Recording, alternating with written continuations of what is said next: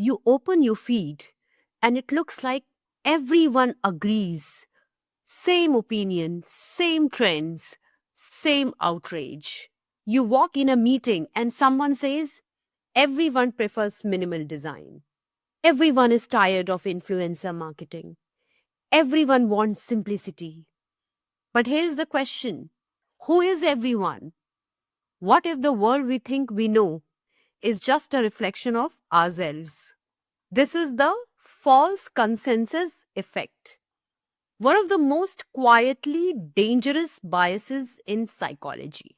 It's what makes us believe our opinions are common, our preferences are universal, and our version of normal is the default.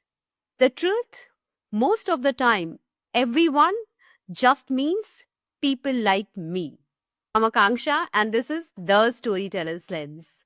Today, we are unpacking the false consensus effect, how it shapes our everyday thinking, how it distorts entire industries, how both consumers and brands can escape its echo chamber. We'll look at the classic psychology behind it, the modern marketing traps it creates, and what we can do to see beyond our own reflection. So let's start with where it all began: a simple experiment and a sandwich board. 1977, psychologist Ross, Green, and House asked Stanford students a strange question: would you walk across wearing a sign that said, "Eat at Joe's"? Some said yes, others said no. But here's what mattered: those who agreed thought most people would agree too. Those who refused assumed everyone else would refuse. Everyone projected their own choice onto everyone else. That simple finding defined the false consensus effect. Our instinct to assume our view is the majority view. We use ourselves as a shortcut for reality. It saves time, it feels validating, and it creates a comforting illusion of normality. Psychologists trace this illusion to three forces. First, the availability heuristic. We remember our own experiences most easily, so we think they are common. Second, self esteem maintenance. It feels better to believe we are normal, that our choices make sense. And third, social exposure bias. We live inside echo chambers of people like us. Our micro world becomes our whole world. By the mid 1980s, researchers like Mullen and colleagues had confirmed the effect across politics, morality, and consumer decisions. Kruger and Clement, 1994, showed that confidence magnifies the illusion. The stronger your conviction, the more you believe everyone shares it. Even minority groups show it.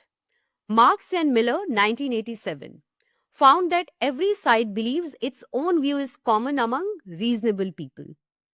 We all live in separate majorities. Ross and Sicoli, 1979, found the same bias inside relationships.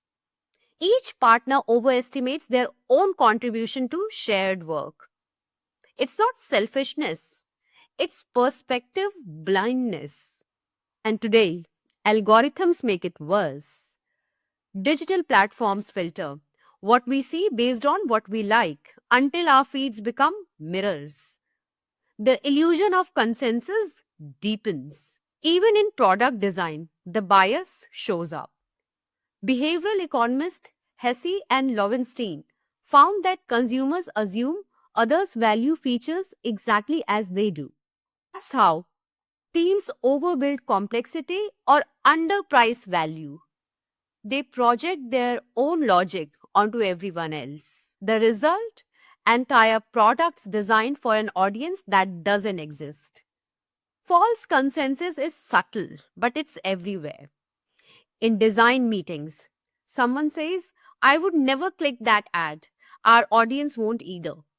And a campaign dies before it's tested. In pricing, we say, "I would never pay more than £10 for that." and underestimate what others value. In politics, we say everyone agrees this is just common sense and stop listening to dissent. And online, our likes, follows, and retweets come from people who already think like us.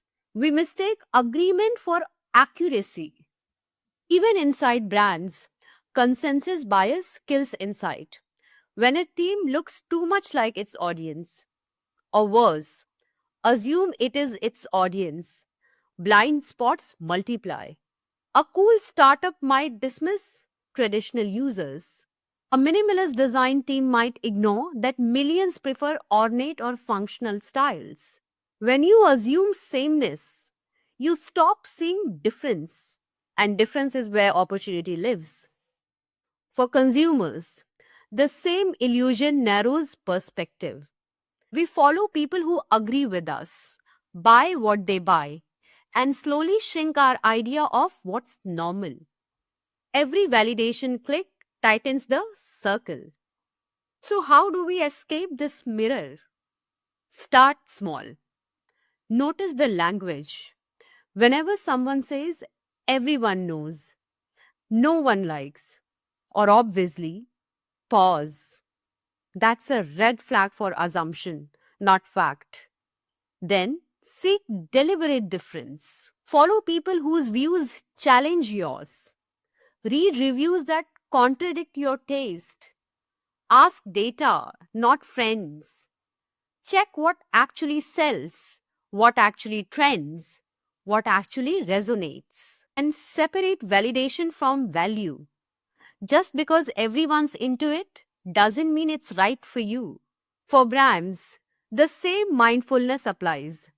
Use consensus wisely to comfort, not to mislead. Fortify Wrapped does it beautifully. You are one of millions who love this artist.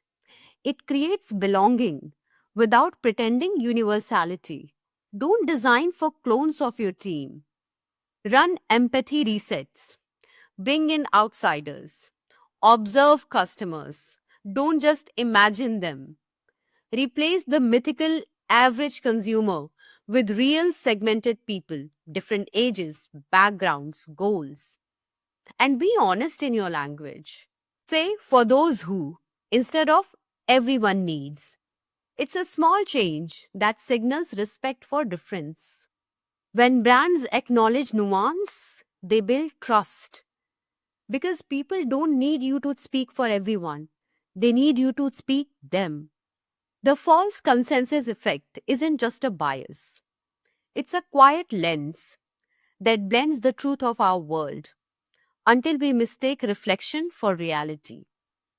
It makes consumers overconfident, marketers tone deaf, and brands predictable. But humility widens the frame. When we stop assuming everyone is like us, we start designing, communicating, and living with clearer eyes. So the next time you say, everyone thinks, ask yourself, is it really everyone or just your own echo coming back? Thank you for watching. I'll see you in the next one.